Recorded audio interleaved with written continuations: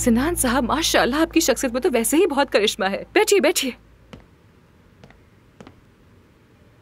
देखिए अफसून साहिबा, मेरे पास तो कुदरती करिश्मा है वैसे भी, पता है ना। बिल्कुल है, बिल्कुल है। लेकिन दोस्तों से शर्त लगी है कि स्क्रीन पर कौन ज्यादा जवान लगता है, और आप तो स्क्रीन के बारे में जानती हैं ना, बस इसी वजह से करवाना चाहता हूँ। मेरे दोस्त कहने लगे तुम तो बूढ़े हो गए हो, तो इसलिए अपने चेहरे पे कुछ ना कुछ तो करवाओ ताकि स्क्रीन के लायक हो। ये सुन के मेरा दिल दुखा, बस इसीलिए मैं आपके पास आया हूँ। समझ गई, समझ गई। क्योंकि आप तो जानती ही हैं, हमारी दुनिया बहुत सख्त है जब आप स्क्रीन पर हो। किसी का एक कौल है कि आपके मद्दे मुकाबिल पता नहीं कौन कहाँ से आ जाए, एक दिन देखिएगा कि आपको हटा दिया गया। आपको कोई नहीं हटा सकता, मगर आप बिल्कुल दुरुस्त कह रहे हैं। खूबसूरत बात की आपने, बहुत अच्छी बात की, बिल्कुल ठीक कहा। अगर दिमाग ठीक हो, चेहरा ठीक हो, तो जिस्म वैसे ही जबरदस्त नजर आता है। ठीक, करिश्मा कायम है। बिल्कुल। इसीलिए बस कुछ थोड़ा इजाफा चाहिए, और इसीलिए आपके जादुई हाथों की इस चेहरे को जरूरत है। ठीक है भाई।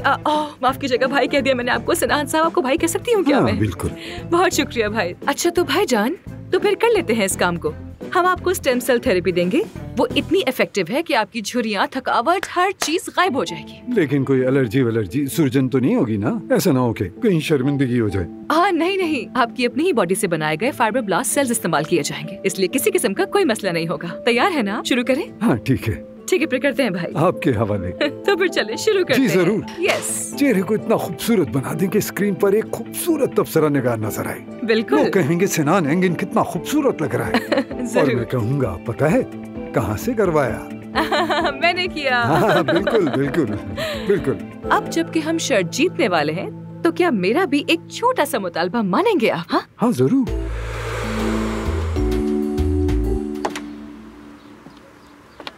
तुम यहाँ हो? क्या हुआ? फिर कोई नया मसला? यहाँ कब कोई प्रॉब्लम नहीं होती। अफसुन के आने के बाद हॉस्पिटल में सब अजीब हो गया है। क्या सोच के परवीन साहबा ने उसे बॉस बनाया? क्या वो उनकी कोई क्लोज रिलेटिव है?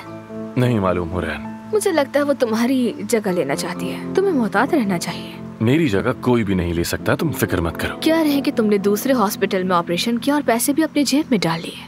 मुझे खबर है वो कुछ नहीं कर सकती। आमिर देखो, मुझे तुमसे एक और बात करनी है, प्लीज नाराज मत होना मुझसे, ठीक है ना? क्या हुआ? तुम्हें याद है तुमने लास्ट वीक एक पेशेंट का ऑपरेशन किया था जो कोमा में चली गई थी? थायराइड था उन्हें। साहिबा, हाँ क्या हुआ है उन्हें? वो अब ठीक है, लेकिन अफसून कहती है कि वो तुम्हें लापरवाही पर एथिक्स कमेटी ले जाएंगी।